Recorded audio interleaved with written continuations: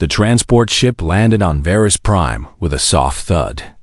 The doors opened and bright light filled the cabin. 12 young humans stood up from their seats and grabbed their bags. They had traveled for 3 weeks to reach this place. The Galactic Coalition Training Academy was the most famous military school in the known galaxy. Species from over 50 different worlds came here to train together. Cadet Danny Morrison was the first to step outside. He was 22 years old with short brown hair and steady eyes. He had trained his whole life for this moment. Behind him came the rest of his squad. There was Kevin Nguyen, a quiet young man who was good with computers. Beth Howard was tall and strong, one of the best fighters in their group. Myra Vasquez rarely spoke, but she noticed everything around her. And then there was Lisa Grant. Lisa walked down the ramp with a 4-legged creature beside her. The animal had brown and black fur, pointed ears that stood straight up, and dark, intelligent eyes. His name was Duke, and he was a Belgian Malinois. He was a military working dog, trained since he was a puppy to serve alongside human soldiers. The air on Varus Prime was thin and cold. The sky was purple instead of blue. Strange plants with silver leaves grew along the landing platform. Everything looked different from Earth, but the humans kept their faces calm. They had prepared for this. A group of aliens waited for them at the end of the platform. The humans had studied files about the different species they would meet, but seeing them in person was different. Commander Zithril stood at the front. He was a Kelvarian, nearly 3 meters tall, with scales that changed color in the light.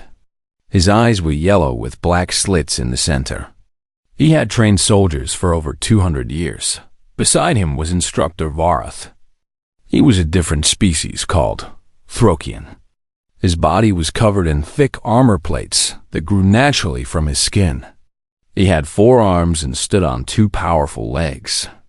The Throkians were known as some of the strongest beings in the galaxy. There were other instructors too. A Ventari with 6 thin arms and large black eyes. A Morvic whose body seemed to be made of living stone.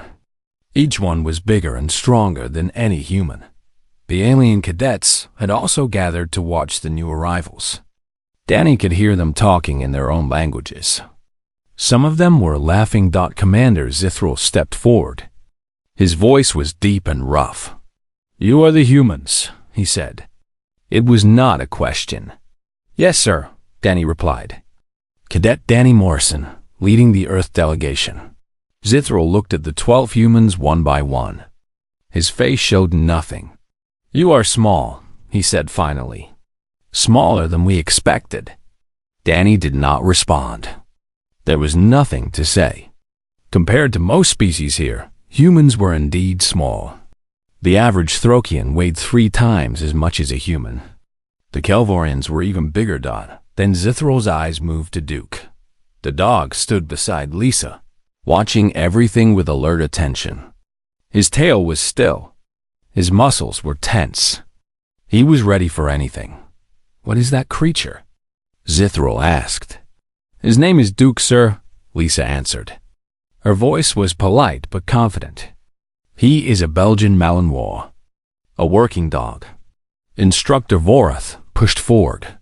His heavy footsteps shook the ground. "A dog," he repeated.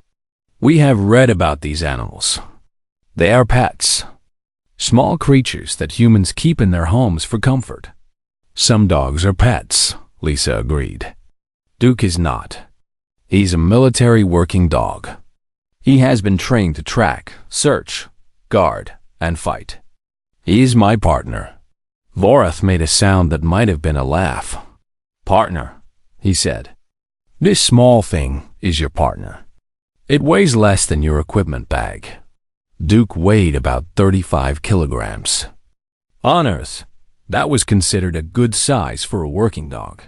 Here, among species that could lift hundreds of kilograms without effort, he seemed very small indeed. "This is a military academy," Vorath continued. "We train warriors here. We do not have time for pets." The alien cadets laughed openly now. Danny saw a group of young Throkians pointing at Duke and making jokes in their language. Lisa did not get angry. She simply looked at Vareth with calm eyes. "Duke is not a pet," she said again. "He is a trained military asset with skills that no human possesses. He can smell things we cannot smell. He can hear things we cannot hear. He can track a target across any terrain. And he will fight to the death to protect his team." Vareth shook his head. "Pretty words. But words mean nothing here. Only results matter." Commander Zithril raised one scaled hand. The laughing stopped immediately. "The creature may stay," he said. "For now. We will see if it proves useful." He looked at the humans with something that might have been curiosity. "Your species has only been part of the coalition for 20 years.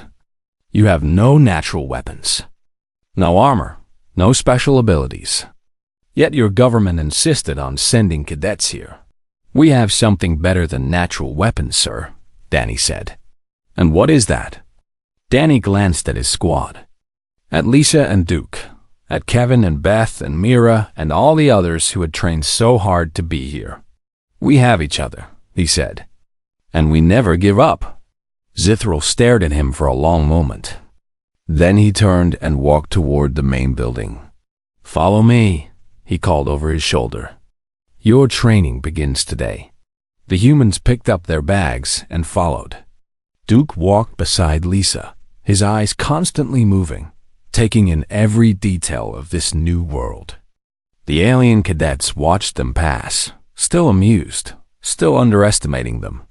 The academy was enormous. The hallways were built to fit the largest species, so the ceilings were high and the doors were wide. Everything was made from a smooth gray material that seemed to absorb sound. Their footsteps echoed strangely that other cadets passed them in the halls. Some stopped to stare. Others pretended not to notice.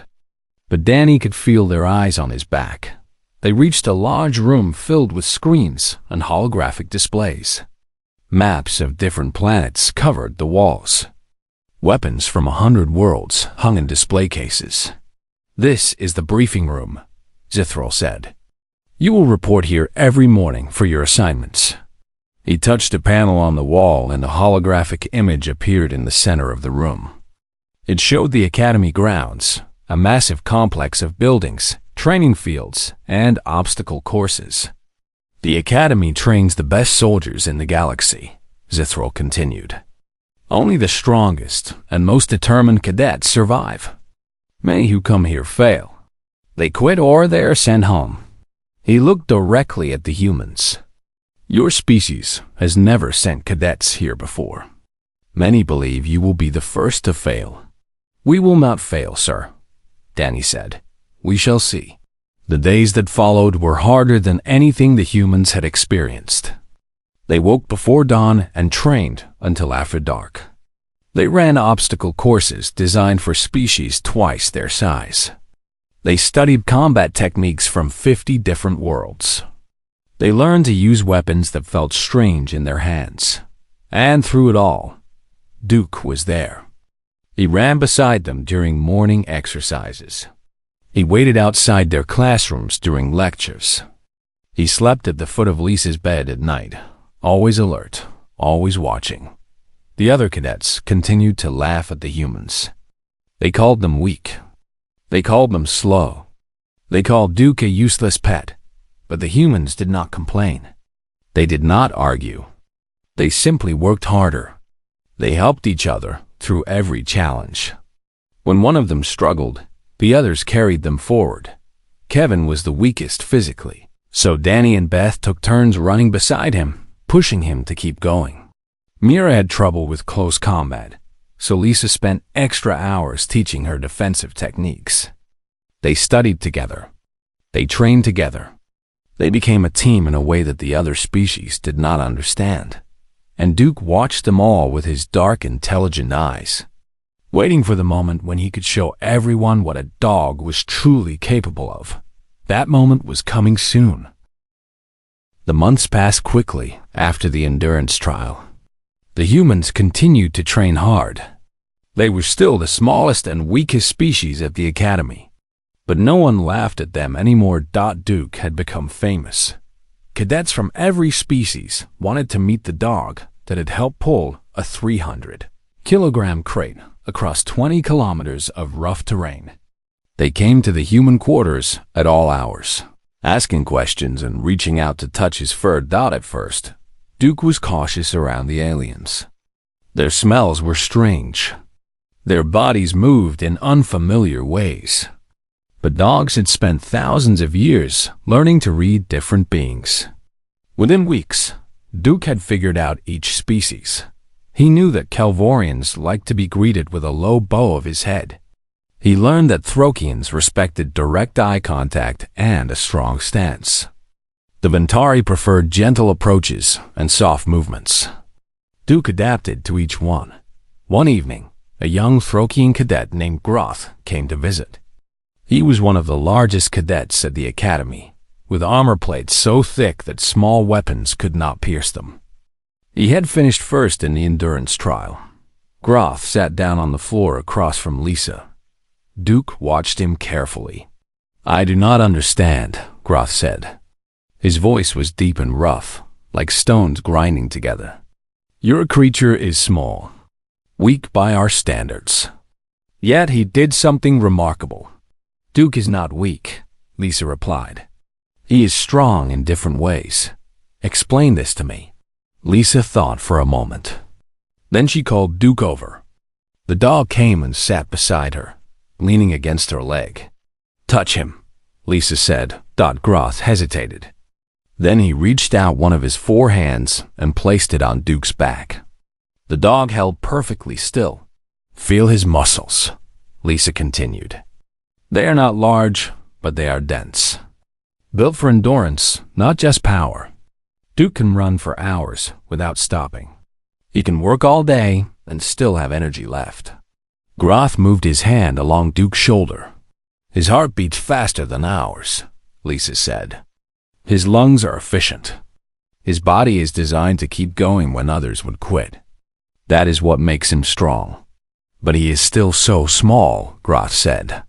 "On Earth, we have a saying. It is not the size of the dog in the fight. It is the size of the fight in the dog." Groth pulled his hand back. He stared at Duke with new respect in his eyes. "Your species," he said slowly. "You did not evolve with natural weapons. No claws, no armor, no poison." "No," Lisa agreed. "So you made partnerships instead." "With these dogs." "With each other." Groth shook his head. "We Throkians are proud of our strength. We believe that power is everything. But you humans have found another way." "Many ways," Lisa said. "Dogs are just one of them. On Earth, we also partnered with horses to travel great distances. We worked with oxen to plow our fields. We trained hawks to hunt. We kept cats to protect our food from pests. You built an empire of alliances," Groth said. "We built a family. That is what humans do. We find others who are different from us, and we become stronger together." Duke's tail wagged gently. He sensed that something good was happening, even if he did not understand the words. Groth stood up. He looked down at the human and the dog. "I was wrong about your species," he said. "I thought you were weak. But weakness and strength are not what I believe them to be." He turned and walked toward the door. Then he stopped. "May I return tomorrow?" he asked. "I wish to learn more about your partnerships." Lisa smiled. "Duke and I would like that." After Groth left, Kevin came over and sat beside Lisa. "That was strange," he said. "A Throkian asking to learn from us." "Not so strange," Lisa replied. "Duke did something that made them think. He showed them that there are different kinds of strength." Over the following weeks, more cadets came to visit. Not just Throkians, but Kelvorians and Ventari and others. They sat with Duke and asked questions about dogs and humans and the strange partnership between them. Myra, who rarely spoke, surprised everyone by becoming the best teacher. She had studied the history of dogs and humans before coming to the academy. She knew stories that went back thousands of years. It started around campfires, she told a group of Ventari cadets one night. Long ago, wolves lived near human camps. They ate the scraps we left behind. They were wild and dangerous, but they were also useful. They warned us when predators came near. The Ventari listened with their large black eyes. Over time, the wolves that were less afraid of humans stayed closer. They had more food. They were safer. And the humans who treated the wolves had better warning systems. Both species benefited. Natural selection, one Ventari said. The wolves became dogs.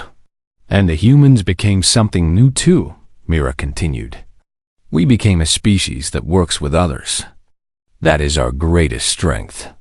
We do not have armor like the Throkians or size like the Kelvorians. But we have friends. She reached down and scratched Duke's ears. The dog closed his eyes in pleasure. 10,000 years of friendship, Myra said. That is what you see when you look at Duke. 10,000 years of humans. And dogs helping each other survive. The Ventari exchanged looks among themselves. Our species keeps symbiotic organisms, one said. Small creatures that live in our bodies and help regulate our chemistry. We have always seen this as a biological relationship. Nothing more. Perhaps it is more, Myra suggested. Perhaps your organisms are your partners too, in their own way. The Ventari fell silent, thinking about this new idea. Word spread through the academy. The humans and their dog were not just surviving. They were teaching.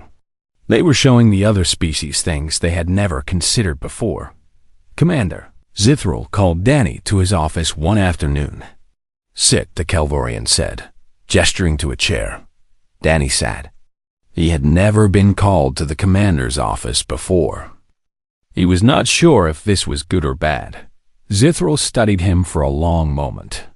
Your squad has caused quite a disturbance, he said finally. I apologize if we have done something wrong. Sir, you have done nothing wrong. Zithril's yellow eyes seemed to soften slightly. You have done something unexpected. Something valuable. He pressed a button and a holographic screen appeared. It showed statistics and charts that Danny did not fully understand.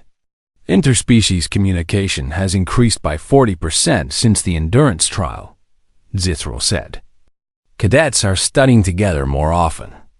They are forming friendships across species lines. This has not happened before. Duke, Danny said. Yes, your dog. He has become a bridge. Other species are curious about him. They want to understand him. And in trying to understand the dog, they are learning to understand each other. Zithril turned off the screen. I have trained cadets for 200 years, he said. I have seen many things, but I have never seen a single creature change the culture of this academy the way your dog has. Duke does not try to change anything, Danny replied. He just is what he is. Loyal, friendly, willing to accept anyone who treats him with kindness. Perhaps that is the lesson, Zithril said. Perhaps simplicity is more powerful than complexity. He stood and walked to the window. Outside, cadets from a dozen species were training together in the field below. I was skeptical when your species applied to send cadets here, Zithril admitted. Humans seem so fragile, so limited. I did not think he would last a month. And now, sir? Zithril turned back to face him. Now I think that we have much to learn from each other. All of us, humans, Kelvorians, Throkians, and yes, even dogs. Danny smiled. Duke will be happy to teach anyone who wants to learn. That evening, Danny gathered his squad and told them about the meeting. They sat in their common room, Duke in his usual place at the center of their circle. The commander is right, Beth said. Duke has changed things. People look at us differently now. They look at Duke differently, Kevin corrected. We are just lucky enough to be his friends. Lisa laughed and hugged her dog. Duke licked her face, his tail wagging happily. Maybe that is the point, she said. Maybe that is what dogs have always taught us. That friendship is not about being the same.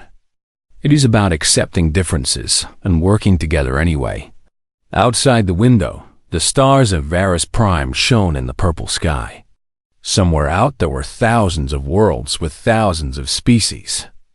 And on this one small station, a dog was showing them all what it meant to be truly connected. The night was quiet. The humans slept peacefully, knowing that tomorrow would bring new challenges, but they were not afraid. They had each other, and they had Duke. 2 weeks passed at the academy. The humans were tired. Their muscles hurt. Their bodies were covered in bruises. But they kept going. Every morning they woke up before the alarm.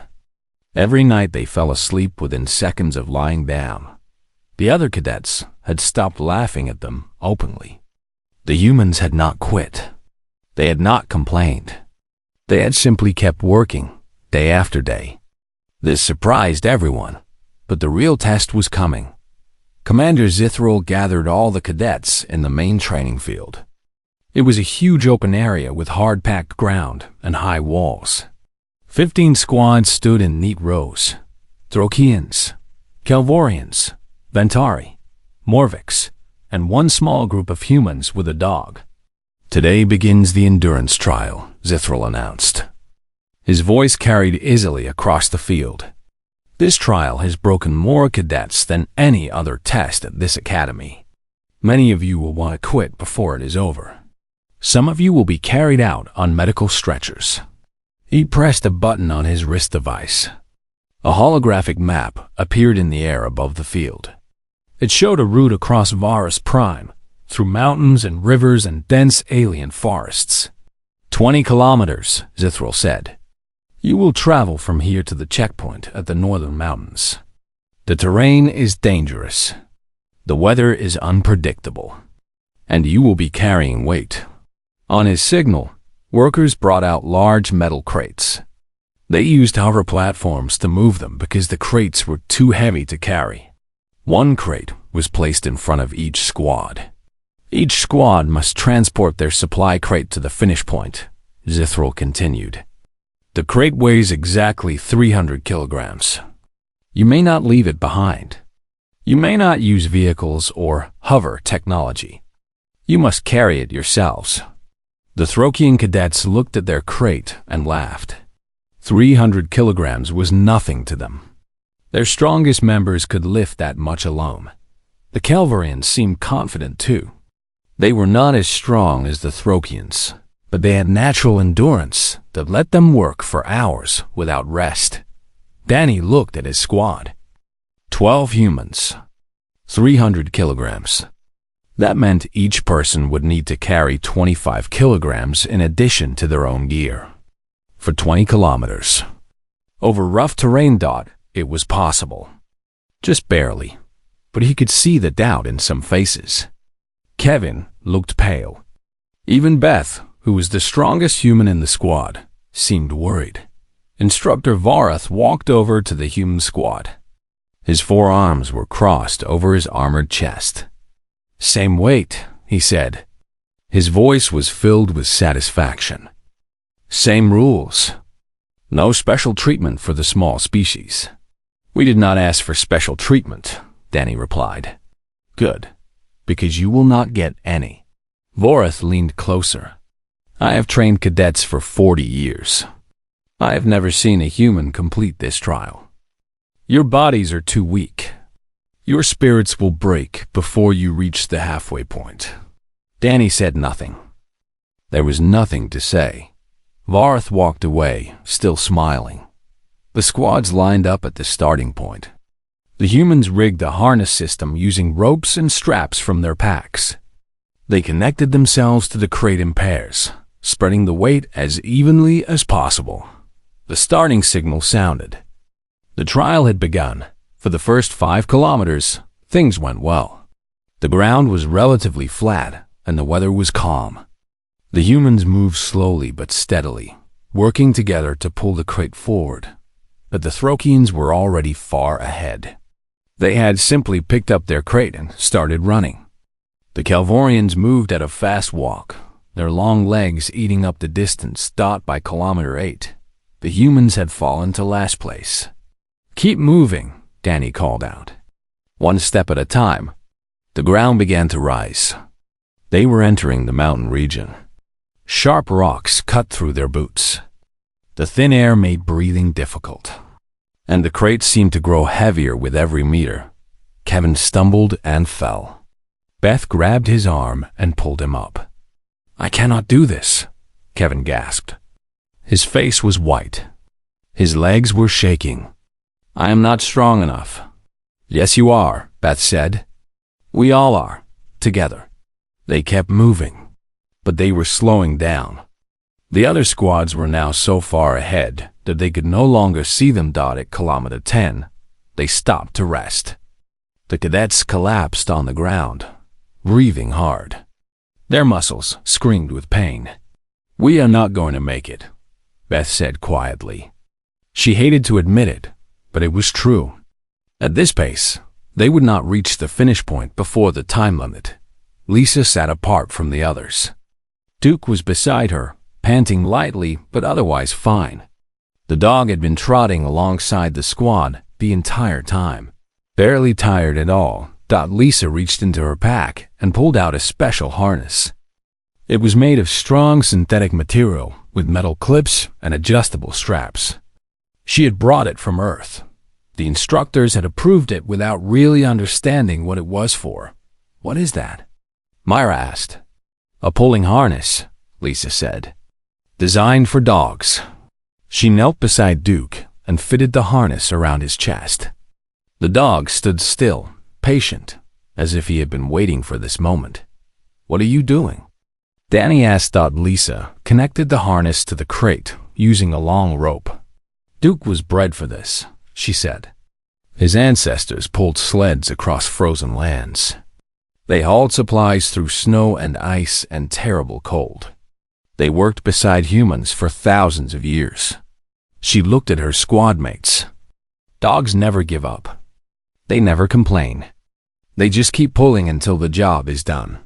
"He weighs 35 kilograms, Kevin said. "The crate weighs 300. He cannot possibly move it. Watch." Lisa gave Duke a command. The dog leaned forward into the harness. His powerful legs pushed against the ground. The muscles in his shoulders bunched and strained. The crate moved. Not fast. Not easily. But it moved. Duke pulled with everything he had. His claws dug into the rocky ground. His body was low, using every bit of his strength and weight. "Help him," Lisa said. The humans scrambled to their feet. They grabbed their ropes and pulled alongside Duke, and something changed. With the dog leading them, they found a rhythm. Duke set the pace, steady and relentless. The humans matched him step for step. They stopped thinking about the pain. They stopped worrying about the distance. They just followed the dog and pulled. Kilometer 11. Kilometer 12. Kilometer 13. They passed two squads that had stopped to rest. The Ventari cadets stared in shock as the humans went by, pulled forward by a creature that weighed less than their equipment. At kilometer 15, they reached the river. The water was cold, fed by ice from the mountains above. Most squads had gone around it, adding extra distance to their journey. Duke did not hesitate. He plunged into the water and started swimming, still pulling at the rope. The crate floated, held up by air pockets inside. The humans waded in after the dog, gasping at the cold but refusing to stop. On the other side, they were shaking and wet, but they had saved almost a kilometer of walking. "Good boy," Lisa said, hugging Duke tight. The dog licked her face, his tail wagging. They kept moving. At kilometer 18, the ground became steeper. They were climbing now, pushing the crate up a rocky slope. Every step was agony. Kevin fell again, This time, he did not get up immediately. "Leave me," he said. "I am slowing everyone down." Duke walked over to Kevin. The dog pressed his nose against the young man's face and whined softly. Then he lay down beside him, warm and solid. "He is not leaving you," Lisa said. "Neither are we. Get up." Kevin looked into the dog's dark eyes. He saw no judgment there, no disappointment. Just patience and loyalty in something that might have been encouragement. He got up. They crossed the finish line in 9th place out of 15 squads. Commander Zithril was waiting for them. His yellow eyes studied the humans, covered in mud and sweat, barely able to stand. Then his gaze moved to Duke, still in his harness, tail wagging despite his exhaustion. "You brought a creature that weighs less than 1/10 of that crate," Zithril said slowly. "And it pulled what your squad could not pull alone." Danny shook his head. "No, sir. We pulled it together. The dog did not carry us. We carried each other. He just showed us how." Zithril was silent for a long moment. "9th place," he said finally. "Not last." "No, sir. Not last." The Throkian squad had finished first. They stood nearby, watching the humans with different eyes now. No one was laughing anymore. Instructor Vorath approached. His expression was strange, confused, perhaps even a little impressed. "The dog," he said. "It truly helped you." "He did more than help," Lisa replied. "He led us. When we wanted to quit, he kept going. When we fell down, he waited for us. He believed we could finish even when we did not believe it ourselves." Vorath looked at Duke. The dog looked back at him with calm, intelligent eyes. "Remarkable," Vorath said quietly. Then he turned and walked away. That night, in their quarters, the humans sat together and shared a meal. Duke lay in the center of their circle, accepting scratches and praise from everyone. "They are talking about us," Kevin said. "The other cadets. They're saying we cheated." "We did not cheat," Beth replied. "The rules said we could not use vehicles or hover technology. Duke is neither of those things. He is a partner," Lisa said. "That is all he has ever been. That is what dogs are. They have walked beside humans since before we learned to write or build cities. They helped us hunt. They protected us from predators. They kept us warm during cold nights." She scratched behind Duke's ears. The dog's eyes closed in contentment. "And now," she continued, "they are helping us prove that humans belong among the stars." The attack came in the middle of the night. Alarms screamed through the halls of the academy. Red lights flashed in every room. Cadets jumped from their beds, confused and afraid. Danny was awake within seconds. His training took over. He grabbed his gear and started shouting orders. "Everyone up!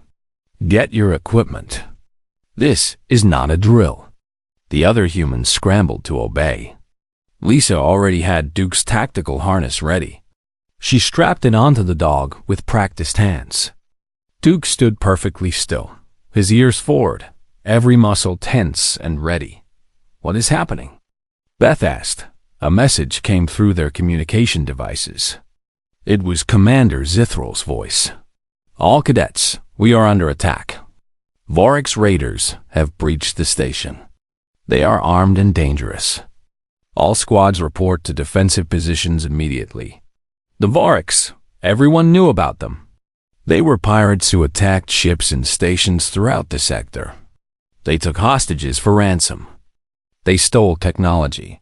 They killed anyone who got in their way. Danny led his squad into the hallway. Other cadets were running in every direction. The sounds of weapons fire echoed from somewhere deep in the station. "We need to reach the main armory," Danny said. "That is our assigned defensive position." They started moving through the corridors. The station was huge, and the main armory was on the other side of the complex. They would have to travel through several sections to reach it. They made it through 2 corridors before they ran into trouble. A group of cadets was huddled in a side room. Danny recognized some of them. Kelvorians, Ventari, a few Throkians. Some were injured. All were trapped. A Kelvorian cadet named Cirrus was in charge. She had a wound on her arm that was bleeding silver blood. "The raiders have blocked the main corridor," she reported. "They have heavy weapons. We cannot get through." "How many wounded?" Danny asked. 7. 3 cannot walk. Danny looked at his squad. They could try to fight their way through the blockade, but they would probably lose. They did not have the firepower to match the Vorks. "Is there another route?" he asked. Cirrus pointed to a small hatch in the wall. "Maintenance tunnels. They run through the whole station. But they are dark. Our sensors do not work well in there. And they are small. Too small for most species. The maintenance tunnels were designed for repair robots, not people. A Throkian or Kelvorian would never fit. But a human might. And a dog definitely would. We can make it," Danny said. "You will be blind in there," Cirrus warned. "No light, no sensors. The Vorks might have soldiers in the tunnels too." Lisa looked at Duke. The dog looked back at her with those dark, intelligent eyes. "We will not be blind," Lisa said. "Duke can lead us." "The dog?" Cirrus sounded doubtful. "His nose can detect a heartbeat from 100 meters away. His ears can hear footsteps before any sensor. He was bred for exactly this kind of work." Cirrus stared at Duke for a moment. Then she nodded. "Go. If you can reach the armory, you can call for reinforcements. We will hold here as long as we can." Danny turned to his squad. "Kevin, Beth, Myra, you are with me and Lisa. The rest of you stay here and help defend the wounded." No one argued. The 5 humans opened the maintenance hatch and climbed inside. Duke went first, his nails clicking softly on the metal floor. The tunnel was dark. Completely dark. Danny could not see his own hand in front of his face. "Duke, lead," Lisa whispered. The dog began to move forward. The humans followed, keeping one hand on the wall and the other on the person in front of them. They moved slowly, trying to stay quiet. Duke stopped suddenly. Lisa bumped into him. "What is it?" Danny whispered. Lisa knelt beside Duke. She could feel his body trembling slightly. His nose was pointed forward, sniffing the air. "Something ahead," she said. Duke smelled something. They waited in the darkness. Seconds felt like hours. Then Duke moved again, but in a different direction. He turned left at a junction that the humans had not even noticed. They followed him, trusting completely. They traveled like this for what felt like forever. Duke would stop, smell, and choose a path. Sometimes he pressed them against the wall and made them freeze while footsteps passed somewhere nearby. Sometimes he led them through sections so narrow that they had to crawl. At one point, Kevin's foot hit a loose panel. The sound echoed through the tunnel like a gunshot. Everyone froze. In the distance, voices shouted in a language they did not understand. Vorks, coming their way. Duke acted without waiting for a command. He moved forward, toward the voices, and then veered sharply to the right. The humans followed blindly. They emerged into a small maintenance room. Duke immediately went to the door and sniffed. Then he turned and looked at Lisa, his tail wagging once. "Clear," Lisa said. "No one outside." Danny checked his map. They were close to the armory now. Just 2 more corridors. They moved out of the maintenance room and into a hallway. Emergency lights provided dim red illumination. The sounds of fighting were louder here. Duke suddenly stopped and growled. It was a low, quiet sound, but full of warning. "Down." Lisa shouted. Everyone dropped to the floor just as a blast of energy passed over their heads. It hit the wall behind them and exploded in a shower of sparks. Vork soldiers emerged from a side corridor. There were 3 of them. Tall, thin beings with gray skin and multiple eyes. They wore black armor and carried heavy weapons. Duke did not hesitate. The dog launched himself at the nearest Vorix. 35 kilograms of muscle and teeth hit the alien at full speed. Duke's jaws clamped down on the raider's weapon arm. The Vorix screamed and dropped his gun. Danny and Beth attacked the other two soldiers. Danny tackled one while Beth used her training to disarm the other. Within seconds, all three Vorix were on the ground. Kevin and Mira secured the weapons. Lisa called Duke back. "Good boy," she said, checking him for injuries. The dog was unharmed. His tail wagged proudly. "He just attacked an armed soldier," Kevin said, his voice shaking. "Without any fear." "That is what dogs do," Lisa replied. "They protect their pack." They reached the armory without further trouble. Inside, they found weapons and communication equipment. Danny immediately sent a message to Commander Zithril. Human squad reporting from the main armory. Route secured through maintenance tunnels. Ready to provide support.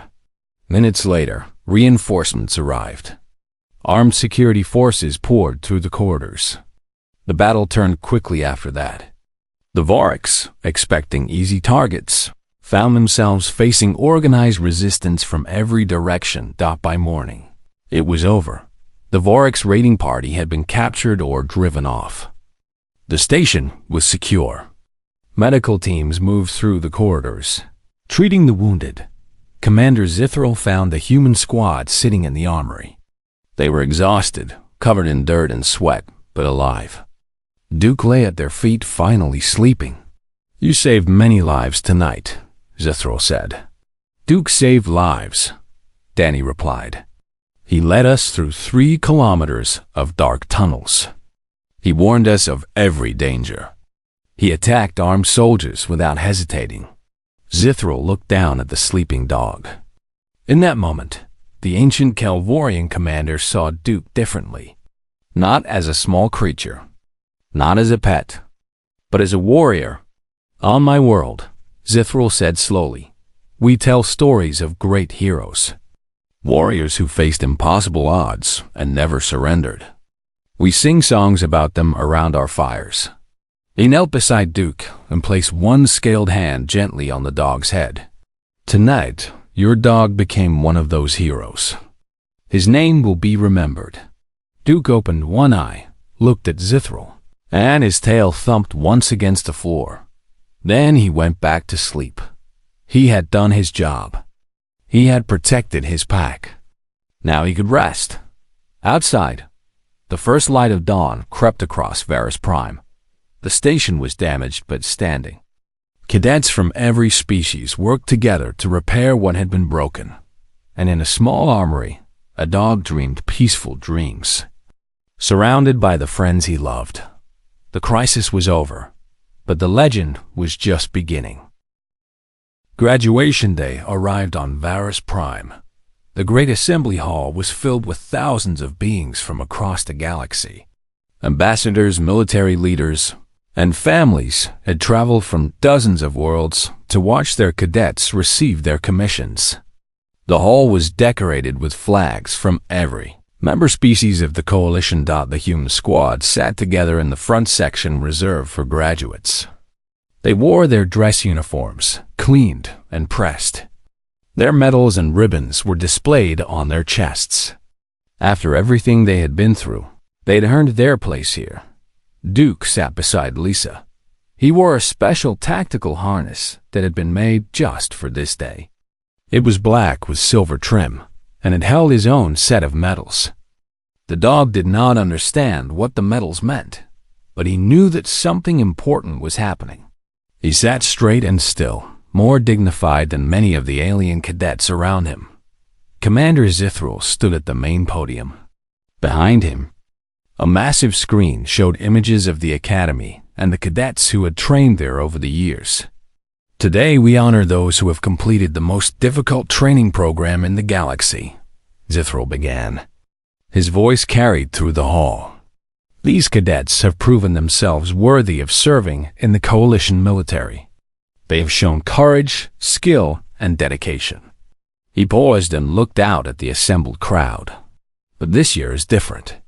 This year, we have learned something new about strength and partnership. We have been reminded that the greatest warriors are not always the largest or the most powerful. The screen behind him changed. Images of Duke appeared. Duke pulling the supply crate during the endurance trial. Duke standing guard over wounded cadets during the Vorix attack. Duke being petted by cadets from a dozen different species. This creature came to us from a small planet called Earth. His name is Duke. He weighs 35 kilograms. He has no armor, no natural weapons, no special abilities. And yet, he has changed this academy in ways that none of us expected. Lisa reached down and squeezed Duke's harness gently. The dog glanced up at her, his tail giving a small wag. Zithril continued speaking. He told the story of the endurance trial, when Duke had helped pull the crate that the human cadets could not move alone. He described the night of the attack, when Duke had led the humans through dark tunnels and detected enemies that no sensor could find. But perhaps most importantly, Zithril said, Duke taught us about partnership. On his world, dogs and humans have worked together for 10,000 years. They did not conquer each other. They did not compete. They simply decided to be friends. And together, they became more than either could be alone. He looked directly at the human squad. For the first time in the history of this academy, we will award a military commendation to a non-humanoid creature. A murmur went through the crowd. This had never happened before. Lisa stood and walked with Duke to the front of the hall. The dog walked beside her perfectly, matching her pace. His head held high. ZYTHRO met them at the podium. In his hands, he held a medal on a ribbon of blue and gold. For extraordinary service beyond the call of duty, he read from the citation. For courage in the face of overwhelming danger. For the protection of coalition personnel without thought of personal safety. And for teaching us that strength is not always measured in size or power, but in loyalty, determination, and heart. He leaned down and attached the medal to Duke's harness. I present this commendation to Duke, military working dog, partner to Cadet Lisa Grant, and hero of the Galactic Coalition Training Academy. The applause began slowly, but it grew. It spread through the hall like a wave. Hands clapped. Claws clicked. Tentacles slapped against the floor. Every species, in their own way, honored the small brown dog standing at attention before them. Duke's tail began to wag. Lisa knelt beside him and hugged him tight. Tears streamed down her face, but she was smiling. After the ceremony ended and the crowds began to disperse, the human squad gathered outside the assembly hall. They were soon joined by cadets from other species who had become their friends over the past year. Groth, the Throkian, approached first. He knelt before Duke, showing respect in the ways people did for great warriors. You have honored us all, he said. I will tell stories of you on my homeworld. My children and their children will know the name of Duke. Cirrus the Kelvorian came next. Her arm had healed fully from the wound she received during the Vorix attack. You saved my life that night, she said to Lisa and Duke. I owe a debt that I can never fully repay. You owe us nothing, Lisa replied. That is what partners do. We help each other. A group of Ventari cadets approached. One of them, the same cadet who had asked Mira about dog history, spoke for all of them. Our government has sent a formal request, he said. We wish to know if Earth would be willing to share this partnership with us. Lisa looked at Danny, then at the rest of her squad. They were all smiling. What do you mean? She asked.